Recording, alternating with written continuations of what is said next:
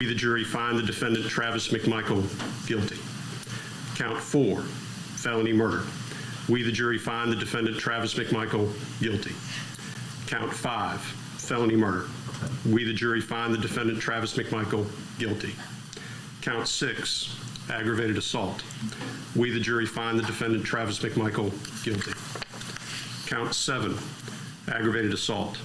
We, the jury, find the defendant Travis McMichael guilty. Count 8, false imprisonment.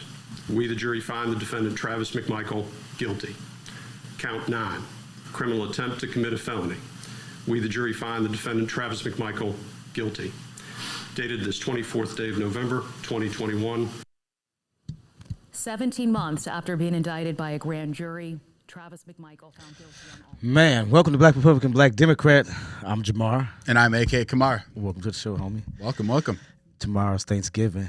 It is Turkey Day, man. I'm gonna be flying all day. Well, that's one of my favorite holidays. That is probably my favorite holiday. You know, Christmas was when you were a kid, but now that I'm a dad, it's now Thanksgiving. I like to eat.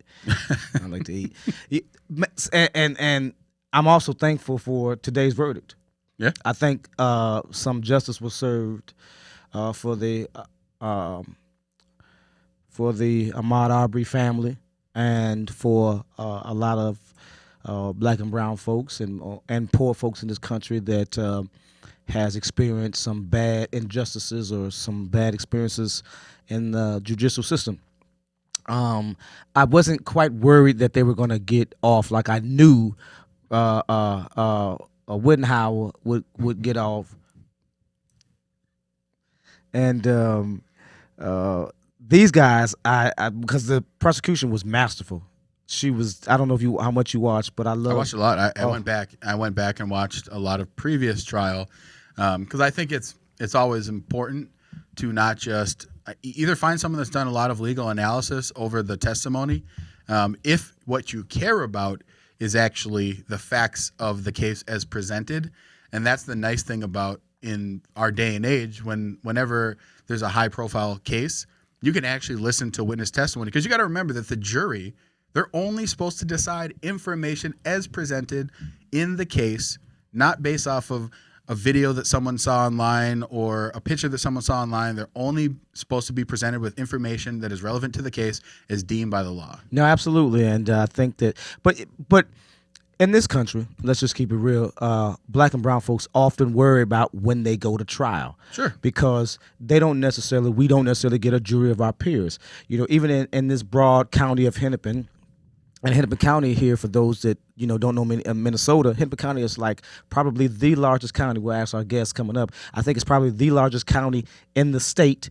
And so when if you live in Minneapolis, you get, I'm sure they pool jurors from all different places. So we worry about going to trial. That's why often, because you can't afford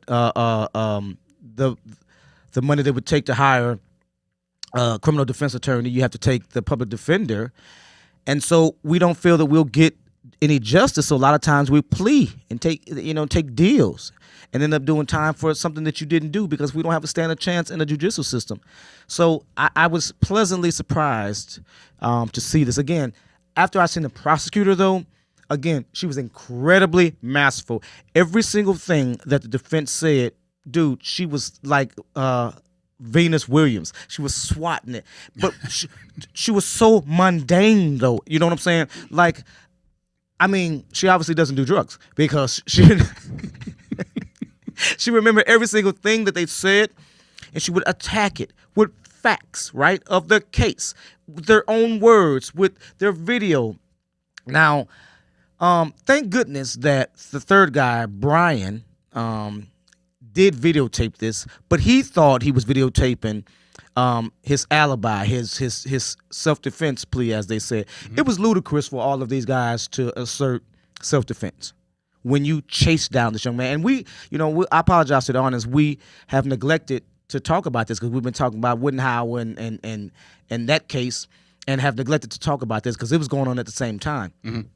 But they thought Ahmaud was a robber, because he had been going inside of how do you Unfinished house. An unfinished house. Yeah. Thank you. It Yes. was in the process of being. It was an under construction house. And all of us are guilty of doing that. We've often done. I don't know if have you? I know I have before. Walked into an unfinished house. Yeah. Yeah, just to take a look. Just to around see or what it whatever. looked like, Sure. especially if it's real big. You're like, damn, something like that. And that's what he was guilty of: criminal trespass, if anything, right? And so there was a video. That's the video you guys see him walking in and out from the construction site. You never seen this guy take anything. So Travis and his dad, they thought that this guy was, well, they knew, they hadn't seen anything. They hadn't seen this guy take anything. They hadn't seen any theft by this young man.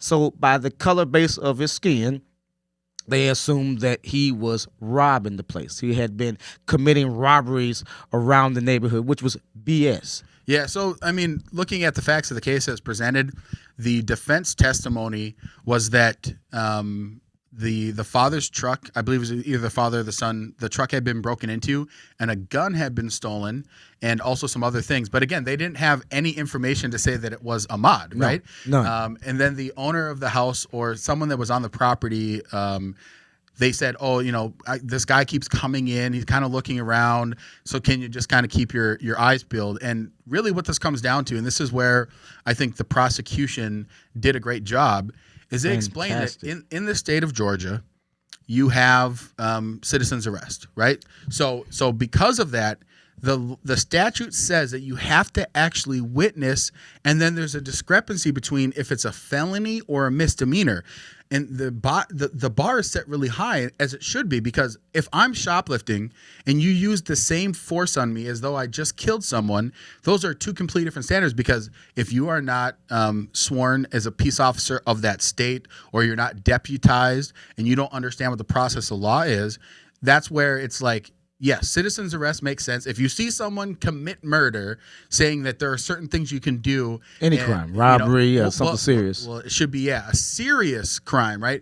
But if someone stole some tools, which, again, no evidence was entered in that said that Ahmad actually had any stolen property. And remember, the property owner himself said that if they were to catch Ahmad, he would just tell the guy, he would ask him to stay off his property. And he also thought that his own employees were the culprits that had been stealing it. So, again, this is why I'm happy that justice was served. I mean, they viciously hunted down this black man and killed him. And then when Travis was on the stand, had the audacity to say that he wouldn't stop and talk to me. Well, you're running him down with your damn vehicle. What do you expect? And then 2 or 3 more other people decide to get involved and engage in the same thing. So how do you expect this brother to stop and talk to you? I mean, you definitely scared him, right? And then you shoot him 3 times. I thought he had only been shot once. Yeah. To learn that he had been shot 3 times with that shotgun, that's incredibly excessive. The thing that's interesting is when you look at the facts of the case as presented and what the jury was able to listen to and what they had to use as consideration, the testimony that the son gave, that kind of, it damned him. He thought, okay, I'm going to explain that we, under this idea of citizen's arrest, we tried to approach this man. He then wouldn't stop. He wouldn't talk to us. And it wasn't until he tried to grab my gun that I shot him. But the prosecutor pointed out the obvious. We have all of this other video showing that you were chasing this person. And the one segment that you're saying that at this time you were not trying to actually be the aggressor, that's the only time that there is no video shown. And so I think that is where it got hung up, is that a reasonable person would say, you have this history of doing these things based off the evidence that we see, and then in the one moment that you're going to claim that you're not going to be the aggressor. Now, as a guy, I said this, I put this, Project 21 is a national nonprofit that kind of pushes black conservative ideology.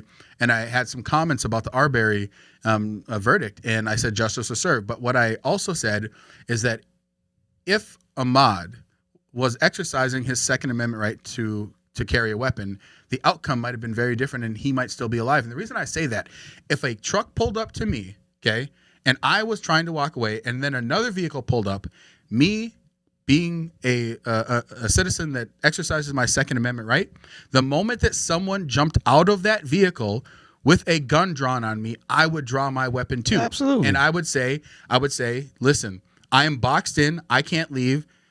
You're intimidating me. You have a gun. I have a gun, and things might be different. And the reason I even say that is because he didn't have a gun. He did not. So if someone came up on me and I did not have my gun, they jump out, I feel like I'm boxed in, and then they start bringing a rifle up to me or a shotgun up to me. Hell yeah, I'm going to try and grab that rifle, because where am I going to run to? I'm going to run so I get shot in the back.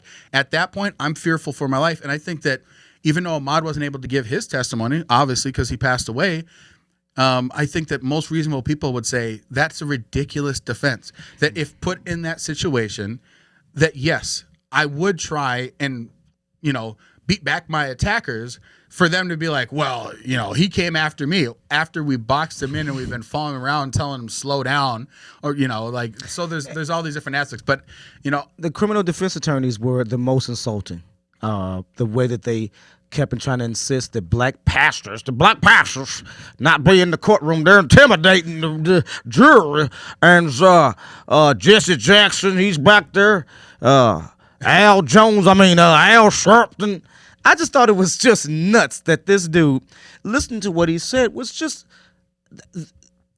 this is how you know that racism has not gone away yet, right? So when I'm on Facebook and I'm dealing with some of my nutsy Republican friends that say, we elected a black president, I'm like, and I guess your best friend is black too, right?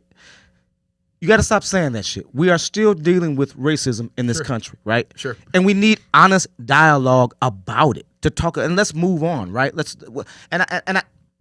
Some black folks are probably rolling their eyes when I say that. I don't mean to move on, because there's a lot of history that hasn't been dealt with. And sometimes, like with any wound, if it doesn't heal well just because you got that Band-Aid on it, doesn't show the wound underneath, right? So we've got to have honest dialogue about what goes on and about crime in this country, right? Yeah. How committed by not only black and brown men, but as I've been saying, lone white shooters and domestic terrorism that isn't addressed in this country because of. In fact, I'll just say this so we can pay some bills. I was watching a show, and I'm actually going to pump this, called Black and Missing. It's on that 3-letter station, all right, on cable, but it's incredible. The point to me kind of opened my eyes today was listening to how they say how the coverages of missing white women versus missing black women. And they showed the examples of it, and I was amazed, bro. It's incredibly hard for you to get coverage of missing black women versus their white counterparts, right? Yeah. Because they fit the bills of having blue eyes, blonde hair, maybe rich parents, or well-connected. And Coco, is looked at as a whole, she was on drugs. She probably deserved it. She's missing. Why don't we give her the same type of coverage locally too? Not so national folks ain't guilty of it. Our local media is just as culpable, and that's sad. And so let's try to do better. Yeah, before we pay bills here, real quick, just want to throw out that it's not that I disagree that there isn't less coverage, because again, looking at the data, of course, there's less coverage. The thing though that I am always hesitant to do, and as I do not like to assume things that I do not know, but I do like to look at the data and say, here's some very relevant facts. If you were in a predominantly black television area, let's say that you're a station and you have 80% of your population that watches your station is black, are you going to show stories of missing white women? And I think that the answer is no, you probably won't.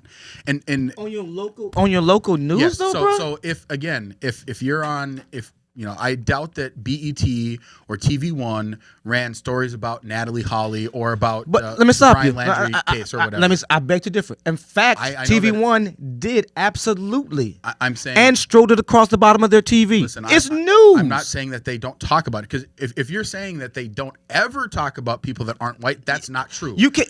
That's not true at all. But they don't give the same type of coverage, and I agree. But I'm saying that unless someone came forward, right, an executive said, and I'm not saying that this doesn't happen, and they said, we're not going to show these black people because who cares about black people? I think it's more or less because there is a population of people that feel greater affinity to people that look like them. I'm not saying it's right. Which but is I'm a just saying- goddamn but problem. I'm saying that the intention is what matters to No, me. and the intention is wrong. And we had a guest on. What's the Republican? Ivory Yeah. is was She's another not example. Republican, she's independent. She Wow. leans right. But. Yeah, right. She's an independent, is an angry Republican. She was the example of. She told us the fact that stations purposefully Excluded exclude, information. Yeah, as my uncle would say, disclude Disclude. information about certain topics. So we know what to happen. Yeah. So as you're going through your closet, Mm-hmm. you're kind of looking through, see that fall's over, it's getting chilly, Thanksgiving is upon us, Christmas is upon us. Word. And you're thinking about, you know what? I need some new gear. Or maybe you want to go and grab your boyfriend or your husband or your girlfriend some new gear, whether that's going to be handbags, whether that's shoes. Mm-hmm. Please head to Just Imagine. Where you go? Just Imagine. Okay. So they're located in St. Paul off of Payne Avenue, 991 Payne Avenue. Stop in, see MN Red. If you can't stop in, please go online to justimagine651.com and you'll be able to check out their entire stock. They got dead stock shoes, they got Yeezys, they got Jordans, they got Frost Originals, Maccoby, George V. Paris, NBA Youngboy, $1 Billion Baby Clothing. And when you go to checkout, put BRBD in the checkout referral, you're going to get 10% off your order. You gonna get a deal? You're going to get a deal, man, 10% off. Okay. Now, after that, Uh-huh. you're thirsty. Mm. Maybe you need some postage, a money order, Yeah. some stamps, some eggs. Where you going to head? Oh, you might got the munchies. So you head to the WeberMart. The what? The WeberMart. And what's so good about the WeberMart? Well, so good about the WeberMart. It's a convenient store located in the north side and the good part of North Minneapolis, too. Yeah. I mean, I didn't say that. The good part. No, the WeberMart. It's a great convenience store. Kevin is friendly. The owner is friendly. And it has all your, it's a one-stop shop. It has all your local needs. You'll need at the WeberMart. 1701 44th Avenue North. 1701 44th Avenue North is the WeberMart. And go in there and see Kevin. And then after that, make sure you head over to our link tree. I'm going to make a push. We're getting close here. Thanksgiving's tomorrow. If you're being thankful, if you like the content that you've seen, please head over to our link tree, visit our Patreon. Jamar and I are having a conversation about this, and we realize that some folks don't know that when we push our Patreon account and ask you to be a subscriber to donate, it's because this show at this point, we live off of subscriptions. Every time we produce an episode like we're producing tonight, it costs money. And to the point that if we don't have enough subscribers, Jamar and I, we actually pay our own freight. So if you like the show and you don't want us to have to pay for the show ourselves, please visit our Linktree /BRBD, hit the Patreon account, hit tip us, and we appreciate your contributions. Also, the first 25 subscribers are going to be able to get a custom Black Republican, Black Democrat hat. We also have hats that don't actually say Black Republican, say BRBD, or say both words, Black Republican and Black Democrat. But please head over to our Linktree. Follow us. Now, there's some crazy stuff that happened. I'm just looking. I ain't got no money. You ain't got no loot. It's crazy stuff happened. We started a TikTok. So if you like shorter clips, please head over to TikTok. Find us at Black Rep Black Dem Show. And we actually have one video that's viral, man. We got 130,000 views. It's not of me, so I don't know why it's so famous. So head over and visit our socials. We appreciate your patronage during Thanksgiving. Absolutely. No, and again, we appreciate you guys. And you know what? Hopefully, while you're at the airport or traveling, this was a great episode to catch. Without further ado, let's bring in our guest tonight. Our guest is candidate for Hennepin County Sheriff. And he should know a lot about crime. He's a current cop right now. So welcome to the show, Hanson. How you doing, Jai? Thank you. Thanks for having me. Absolutely. It's our pleasure to have you. Look, it's kind of hard because usually we have white candidates on here, and I'm always asking them, who's your relationship with black folks? But, it's kind of hard to ask a black man that. But, nevertheless, right off the bat still, what type of relationships do you have with the black community? Well, I think first of all, we need to acknowledge this is, the second week in a row you've had somebody from East India. That's right. That's true. Descent. That's true. right. So I'm happy that that you have me on. To answer your question, Mazel tov. to answer your question about Oh. what kind of relationship I have with the black community, I think you have to think of, I need to tell you a little bit how I grew up. All right. So I was adopted when I was 2 years old from India. My parents are white. My brother's African American. He's adopted. Okay. I have a sister-in-law from Jamaica. I have a brother-in-law from Mexico. All my nieces and nephew are biracial. Okay. So when you talk about what's my relationship with the black community, it's to me, I don't think I need to focus on it. I need to focus on everybody when I'm talking to people and getting out and it's not a hard bridge for me to do. I guess I'm saying. No, I get you. It's like, I mean, you see what color I am? Yeah, no. Okay. So then we'll come back to that in a second here.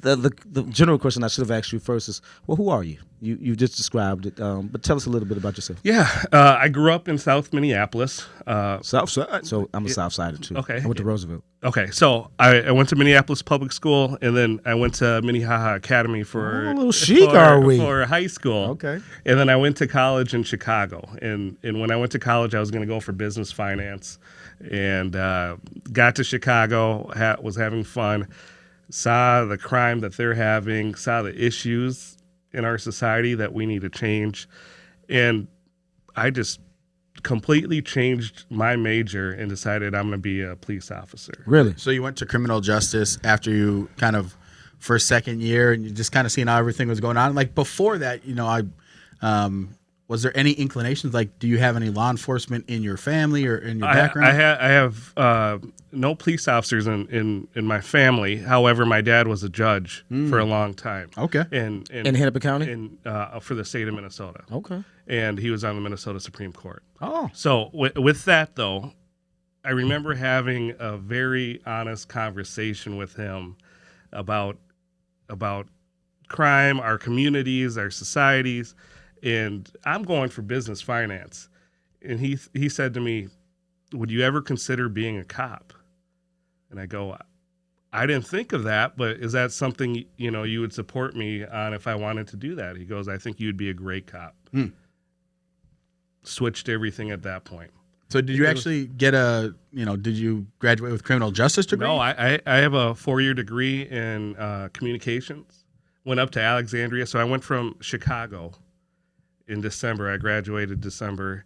In January, I started up in Alexandria, Minnesota. Okay, to that, finish talk your about law a enforcement change. stuff. Yeah, so it was a transition program. So I went from Chicago to waking up and just hearing the wind and you went from pop pop out to yeah. Yeah, it's a big difference. I question my judgment there, but So do I. I mean, going to Chicago, jeez, who Well, goes to Alexandria. Chicago? Have you ever been up to Alexandria? No, it's pretty white, but I mean, it's not there's Chicago. there's nothing there. It's. I would rather be there than Chicago. I mean, no disrespect to my Alexandrians. hey, I love it now.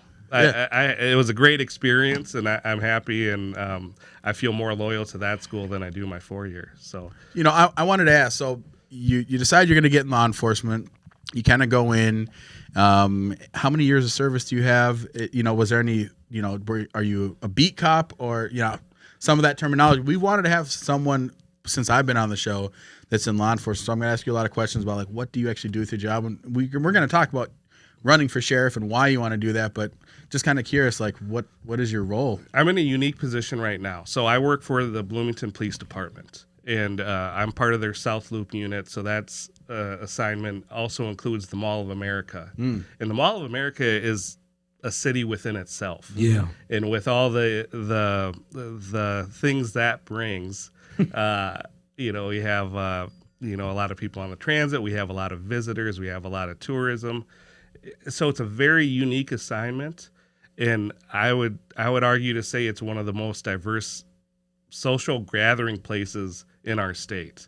Oh yeah. So I'm sure. And it's a beat cop mentality. You're walking around, you're talking to people, and I'm very proud to work in that unit right now. Cool. Very cool. but I think though,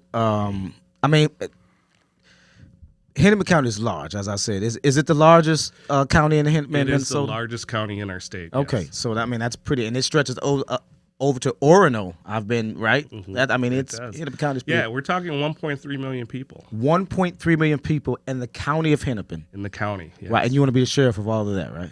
I want to be a sheriff to help what's going on. So, what do you see that's going on that made you want to be sheriff? I mean, Orono's not having crime issues going. I mean, not that they don't, but I mean, honestly, those little small suburban towns aren't having an uptick in crime. I mean, was it what's going on in Minneapolis is what made you say I want to serve as a sheriff?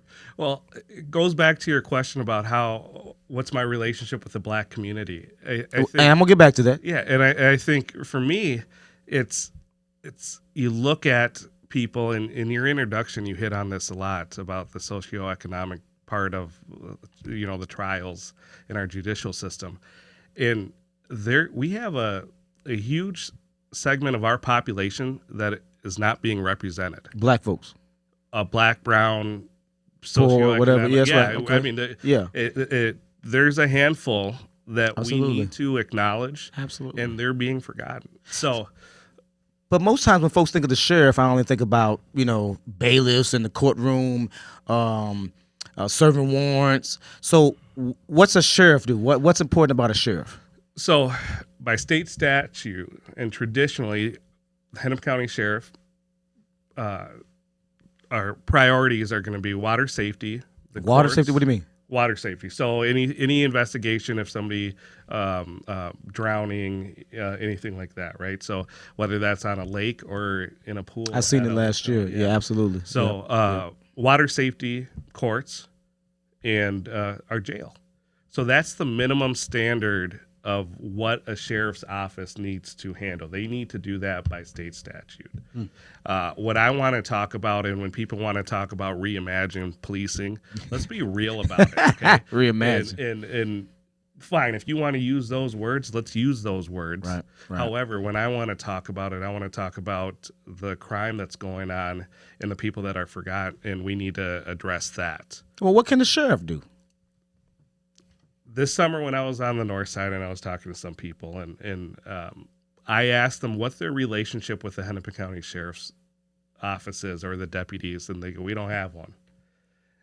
And what made me excited was they were willing to have that relationship and start it from ground level, because there isn't a relationship there. I think you both know the relationship with the Minneapolis police. It's eroded. And it's one that I don't know if you can repair it because of the history. So it makes me excited to think that we can start at the ground level and actually build a relationship that's fair and respectable. So when you talk about building these relationships, when I think of a sheriff, right, from like a historical aspect, right, the sheriff has the ability to deputize people, and you have your deputies. You want to be deputized? Is that- I do. Maybe. I maybe damn I sure want to do. be a deputy. I damn sure do. But I kind of think about, some of the more popular sheriffs. So like Joe Arpaio, right? Yeah. That bigot. And David Clark out in Milwaukee County, That right? idiot. And so like I think about some of those aspects. And Stanek now. Yeah, Stanek, yep. But I think about sheriffs like that where, they've got kind of like this very loud presence. They're really trying to, do things where they shape, I guess you want to say like perceptions of law enforcement and some things like that. So for you, you're now Sheriff Hanson. What are some things that you think you need to do right away? Do you have any specific things? I know you and I talked offline, and we talked about some things you can do within North Minneapolis, South Minneapolis, in certain communities that have a lot of crack houses, flop houses, stuff like that. But like, what are some things that are high level that you want people that watch the show to hear that you want to do as sheriff? Our bar has been set so low with what kind of things that the sheriff's office is doing right now, or again, traditionally focusing on what they are required to do by state statute. And you talked about having a more vocal sheriff. I'm going to absolutely be vocal. You had an interview. You weren't here, but you had a DC Night on. Mm-hmm. And he Oh, was, this dude's a fan. he was He is a reading- fan. I No, see. he was reading stats to you, and if we had those same stats, and you were shocked and you couldn't believe it, and if we read those same stats right now, you would be like, oh, okay, that's not bad. That's the problem. That's what I mean. We're 600 shootings, carjackings, 88 homicides. This is not acceptable, and we need a vocal leader that will say that. So Hutch, I mean, I do got an affinity for the guy because I've worked with him when I was with a previous organization that was boots on the ground, and we worked together. And I have to admit, he is a nice, warm guy that extended himself and his office to make sure that we were helped to do our job. Now, with there only being about 200 sworn officers in Minneapolis right now, I mean, we say that there's 500, but that's not the real number of cops on the streets are 200 plus, 221, I think. Now, is there a job, or is there something that sheriff's office could do to help out with some of the Minneapolis police problems? Because again, we're at 89 murders, right? And it's, hopefully we don't surpass Murderopolis, but it doesn't look like it's easing up. So is there something specifically that the sheriff office can do in partnership with the Minneapolis police, or because they're state police, is there something they can come in and do, period, to help ease the load of the crime that's going on? Well, first thing, Sheriff Hutchinson is a nice guy. I'm not running because I think he's a bad guy. And I called him before I announced, and I told him, we just have a difference in philosophy here. When it comes to Minneapolis, the sheriff's office in Minneapolis, they can work concurrent, right? They can patrol equally. They can do that kind of stuff. The sheriff's office can do that, whether it's Minneapolis, Plymouth, Richfield, wherever. And do they need to be asked, or how does that work? So now that's a leadership question, because I'm gonna say this: if Minneapolis needs the help, I'm not waiting for them to ask. So Sheriff Hanson would not wait on Rondo in the condition we're in now. Sheriff Hanson is not going to wait on Chief Rondo to call him and say, "I need a bit of a hand." You're going to call Chief, or what do you do? Chief, how can I help? Because I have the utmost respect for Chief Aradano. He's a great dude. We are lucky to have him. Absolutely. And I'm not coming in here to say, look, I'm gonna kick down doors and I'm just gonna take over everything. I want to partner with these agencies and say, how can we help? I'm not gonna go do interviews and say, well, we just don't have the resources. Sorry, fellas, you're on your own. And I'm not talking about taking 911 calls. I'm talking about doing other things where we can assist. When we have carjackings at the level they are at, we need to focus on the sheriff's office resources and doing task force in targeted areas to stop this stuff. And that also includes the Hennepin County Attorney's Office. So if we need to walk over charging complaints to them and say, hey, is this getting charged? What do we need to do here? How do we focus on this? We need to do that. But I think, again, we still. So are you saying that is that what you're saying that Hutch isn't doing? Is he not doing these things to aid in eradicating crime in the city of Minneapolis? It's the foresight and the leadership. May 26th, we knew of last year. Yeah. We knew we had to do some things differently, and we knew it was going to get bad. We still know that. He's doing interviews right now saying that he doesn't have the resources. After what You're saying that's bull? Yeah, I am. Okay. After last year, I'm not. I believe they don't have the resources. Okay. No, I believe they don't have the resources. But this is where it comes to the foresight and the leadership. Back then, I would have been,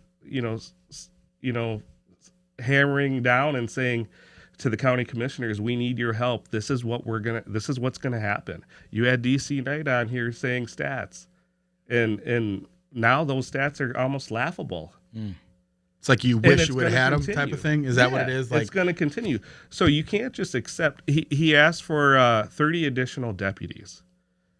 That's not going to increase anything. That's backfilling, and that's contracts that he has with hospitals and doing contracts with arenas and things like that. If we're going to have contracts like that, that should also be presented to the county board with this contract. We need more deputies for this. Now, I'm going to also ask for more deputies for this also and this too in our budget. So I have a question in regards to policing, right? Like, I think that there's different philosophies. I don't know too much about Sheriff Hutch, but what I do know is that every sheriff, every police chief, within there's statutory things that they have to do, but then there's some brevity of how do we want to shape these types of policies. So for you, what type of policing do you want to see in a Sheriff Hanson administration? Does that mean more officers having community events?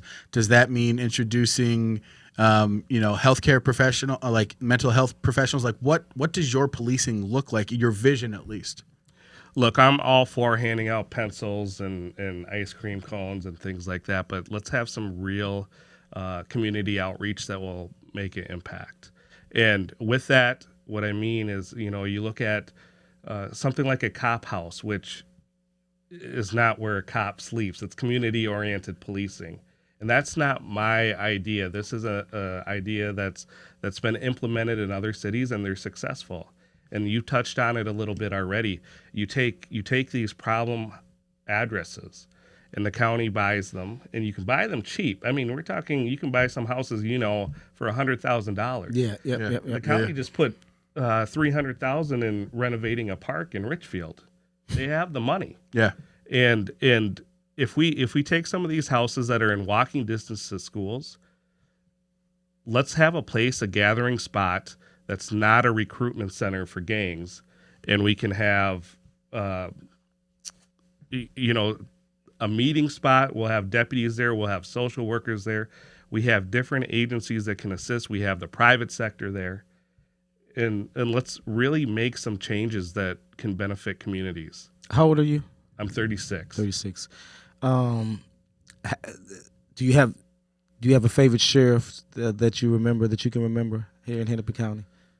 Well, I mean, I don't know if I have a favorite sheriff anywhere, but I think what Sheriff Stanek accomplished, as far as crime goes.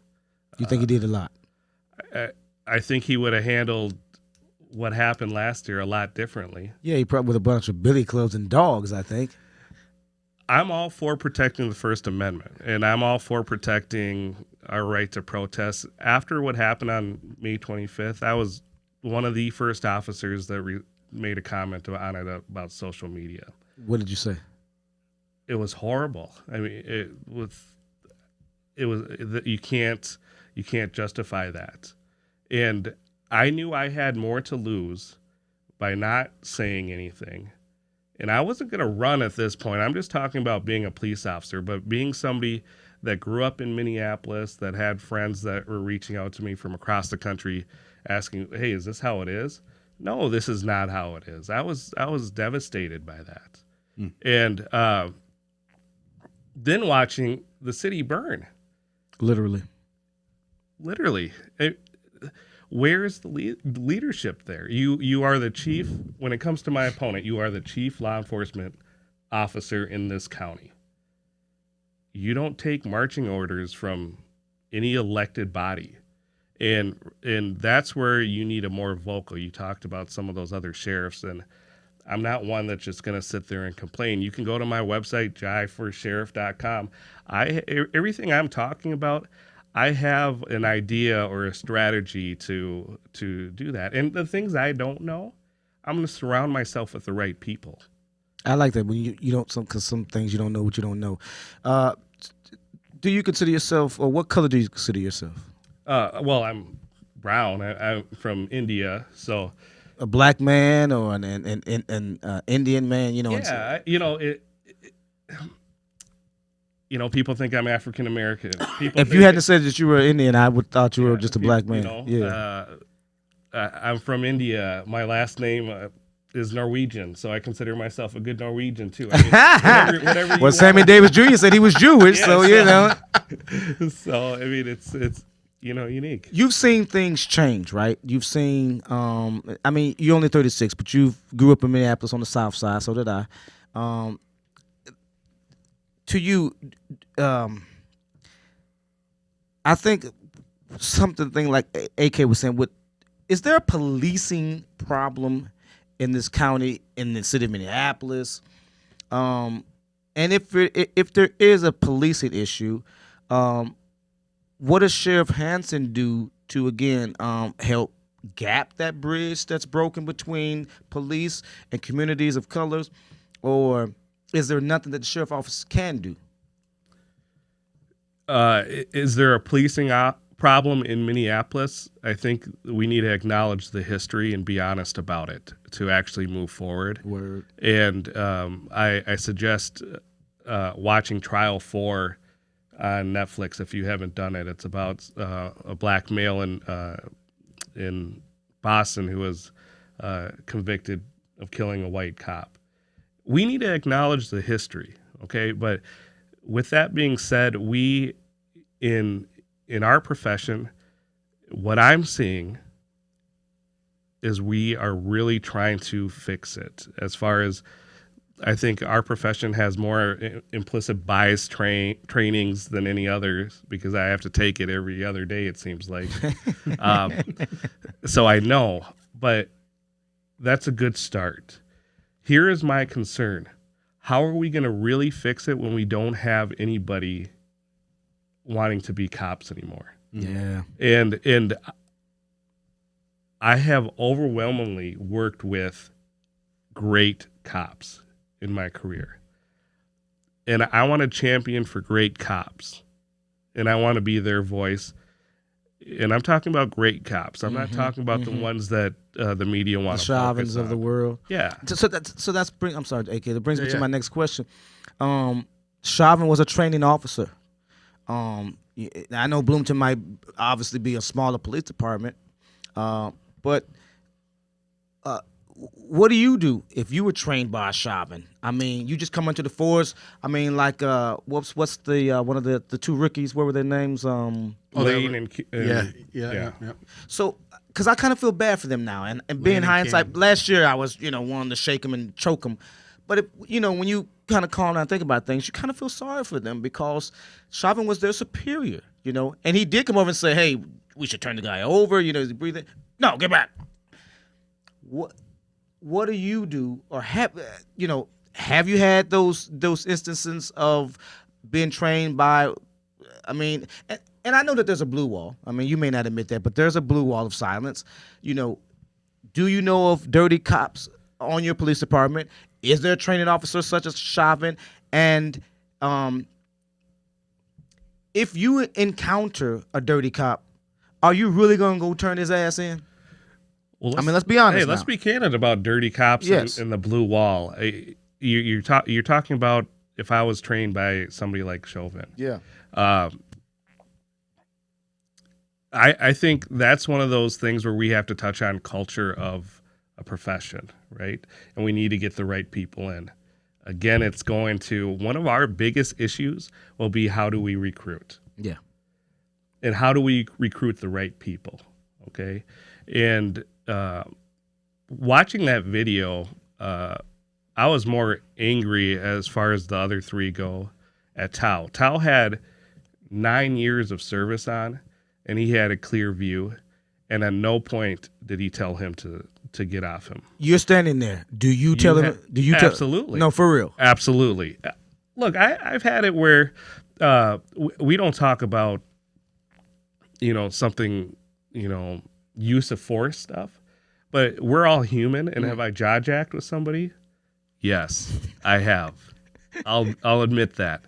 And when that happens, and when it has happened, I've had a partner hit me on my shoulder, and that was enough for me because I understand when they do that, that's not telling me that I'm, I'm wrong. They're telling me to let me get this so you don't get in trouble. And I've done the same for other officers. So But what about I'm the crust of it though, Ja, is what I'm saying. And I hear that. That's with those rose-colored glasses on. I'm saying, man, have you been a part of seeing some? And I don't know if dirty is the right word, but that's the only kind of word I could think of a cop involved in some inappropriate behavior. Again, whether it's roughing up a guy, do you step in and say, dude, right then and there, dude, no, this is not a right, because I know you may not want to do that in front of the what do you call the Suspect. Suspect, thank you, but how do you handle that? Well, there's a different. I mean, you're saying, hey, knock it off. Now, there's ways of doing it, and that's what I'm trying to get at. Is where it's whether it's a tap on the tap or shoulder. something. I started my career in Lakeville. Oh Lord. Okay, and I was the only Negro on the force. minority Sure. officer Yeah, there. no okay? doubt about that. And I've had it where I've responded to houses, and they wouldn't answer the door Because you were me. black. Yes. Seriously. I've Your uniform. in uniform, and they would not answer the door. Wow. I've had it where I've spent a 12-hour shift protecting a certain area and businesses, and then at 6 a.m. when I get off of shift and I'm tired and I just have my undershirt and my uniform pants on and I try to go get gas, and they won't activate the pump for me. I've had that. This is the same kind of business I'm watching for 12 hours at night for them. Yeah. I feel that. I get it. I understand it. But what I want to focus on, and getting to your point earlier when you're talking about we need to acknowledge the history, but we also need to have good dialogue about how we get out of this, is I've worked with some great cops. Right. Cops I'm very proud to work with, and that's overwhelmingly the people I see on a daily basis, and the people I'm proud of, the cops that go buy diapers on a domestic for somebody and don't want anything in return, or buy a meal for somebody. That's not getting any, they're not doing it for anything. One of the things that I'm always curious about, when you're out there and you're on patrol, you come across people, and I don't know who said this is not an original thought, but whenever you interact, 911 call or a distress call, you're usually interacting with people on the worst day of their life or one of the worst days on their life. And when someone said that, I'm like, that's kind of crazy when you think about it. Like, you sometimes have to interact with people at the worst possible point. You have to use de-escalation, all these different things. You got to keep the community safe. You got to keep yourself safe. You got to keep your, other partners safe, things like that.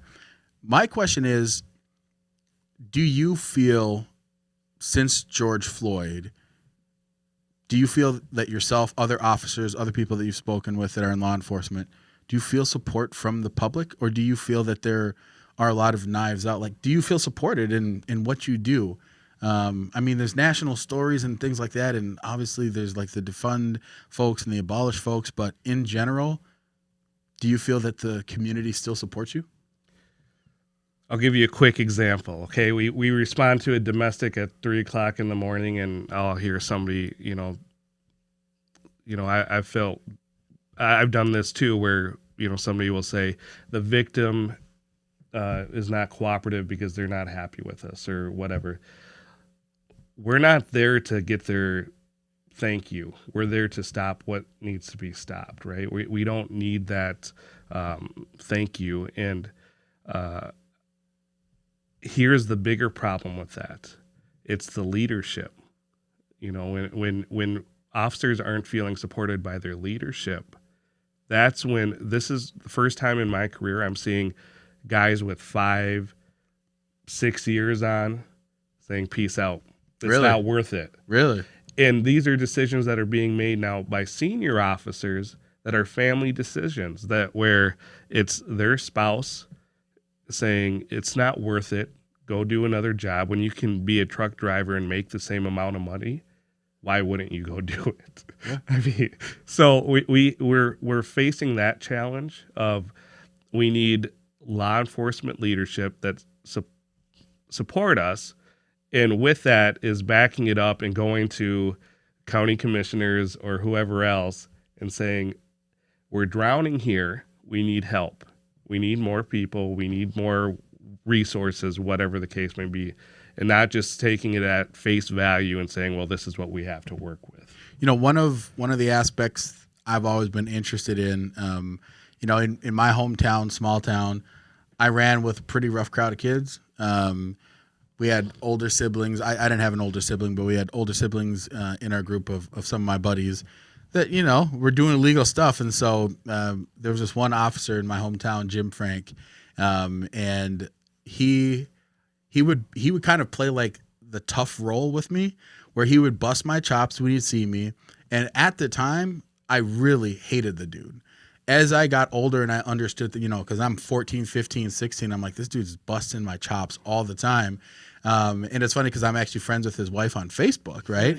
And I see that, he had this long career. He recently retired, but he kind of had that mentality of like, this is his community. He saw that I was running with a group of, distressed teens that were into all types of crazy stuff.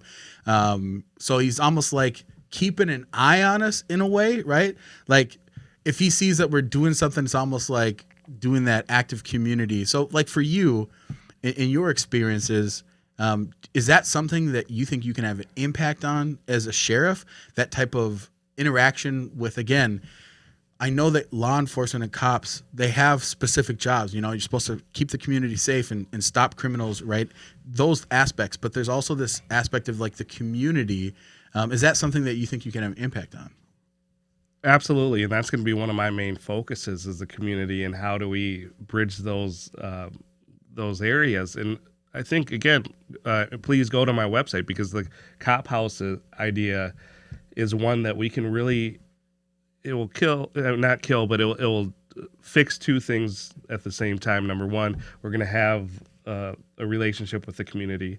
Number two, when we're talking about recruiting, which is going to be our biggest issue coming up, if we start talking to kids at 14 years old and we keep that relationship, I've told my team that I have already, and I said, we're going to treat this like it's a NCAA football team, and we need to start recruiting. You take 5, I take 5 kids, and you contact them every month. And we're going to start doing that at 14 years old, and we're going to keep them going and keep them interested in law enforcement and tell them, hey, this is a great opportunity for you to succeed. That's brilliant, man. And, like we've talked about this before, like get people from the community to want to be actively engaged, and especially at those important aspects of your life where there's these forks in the road, man. If you have that one mentor, in a sense, right, that reaches out to you, and you're like, oh, it's in the back of your mind, like, that's right, like this guy, he really thinks that I could be a cop. And you got these other dudes, or, like you said, when it comes to like gang recruitment, it could be that truly innovative and transformational by having those mentors. And that's wild, man. That's how I ended up in Lakeville. I had no idea where Lakeville was or what Lakeville was about. You should have called me. I'd have told you. But here's what somebody recruited me there. And I said, no, thanks. I'm going to go to Minneapolis or St. Paul. And he said, now, wait a minute. Let's talk about this. This is how much you're going to get paid there. This is how much you're going to get paid here. This is what you can handle there. And I said, I'm really excited to be a Lakeville officer. They pay well. Yeah. Look, got 3 questions for you real quick before 42 minutes goes quick. He brought up the question that I even forgot. So to you, was what happened to George Floyd, was that murder? Yeah. It was murder. And here's why I say that, okay? People will say, well, he had an overdose or things like that, right? When you take somebody into custody, you're responsible for them. Yes. I've had people ingest drugs before I've arrested them.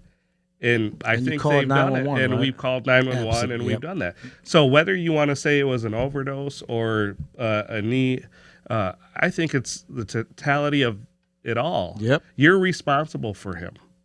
And that's my answer for that. No, it's a great answer, because I said that same thing. If he thought that, or they seen him ingest the drugs, then they should have automatically called 911, and he probably would be alive because they would have responded faster and got him off the scene and on and so on and so forth. For layman's like me, do you have to be a cop to be sheriff? You have to be post-licensed, yes. Okay. So post-license is a state license, right? So it's like having a law degree and being, a lawyer or a doctor. It's on the state level. The minimum requirement to be a police officer is a 2-year degree. Yep, right. Okay, and that's fine.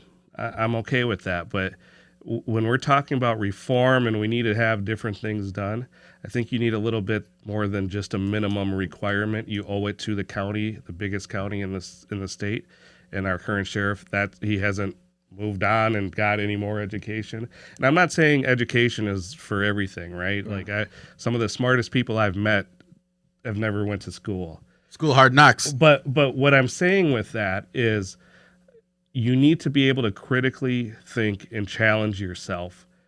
How do we fix that? So whether that's grabbing people at 14 years old and keeping them with us, and then when they get to college age, DC Knight said this about he was a cadet.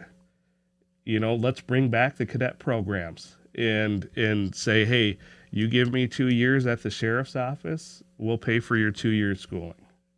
But we need to start doing programs and thinking outside of the box. We can't continue to do the same thing and expect different results. Exactly. Wow. No, I mean, I love what I hear, and I think that you would make a great sheriff. I think Hutch has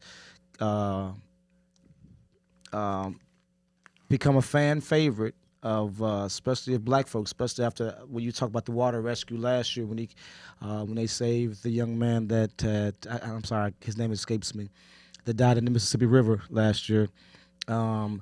The constant 24-hour what's the word? Not Search and rescue. Yes, thank you. Was unreal. I didn't know how they did it, and that's what I'm saying about him. When they found the body, he called our group over to do whatever was needed with the family to help comfort the family. He was at the funeral. He provided different resources. So you got your work cut out for you now. That's what should be done. I mean, so that's what should be done. Okay. I mean, I've heard you talk about Omar before and how she was handing out bottled waters after stuff. That's the bare minimum. Okay. And I think when we have started expecting the bare minimum from our elected officials, we got to set the bar a little higher. That's real. I'll flip it on you. We have more sheriff's deputies out on Lake Minnetonka this summer when we have 10 people getting shot in a weekend. So let's talk about priorities. Yeah. Lake Minnetonka is probably a lot funner. Yeah. Wider too. But my point is, I understand that. I respect the sheriff. But we have a crime problem right now that needs to be addressed. No doubt about that. Absolutely. You got something off you want to get off your chest? Yeah, I'm going to go first. So this is our new segment. We started it last week. Off my chest. I got 2 minutes, baby. So here's what I need to get off my chest.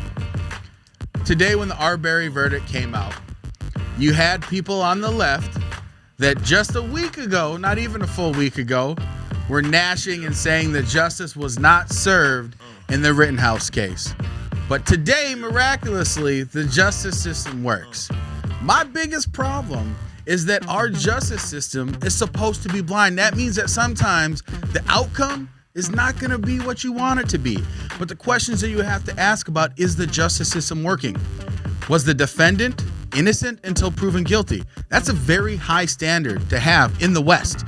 In the United States, we say that regardless of what the evidence looks like, you are innocent until proven guilty. And then the jury has to actually review that evidence.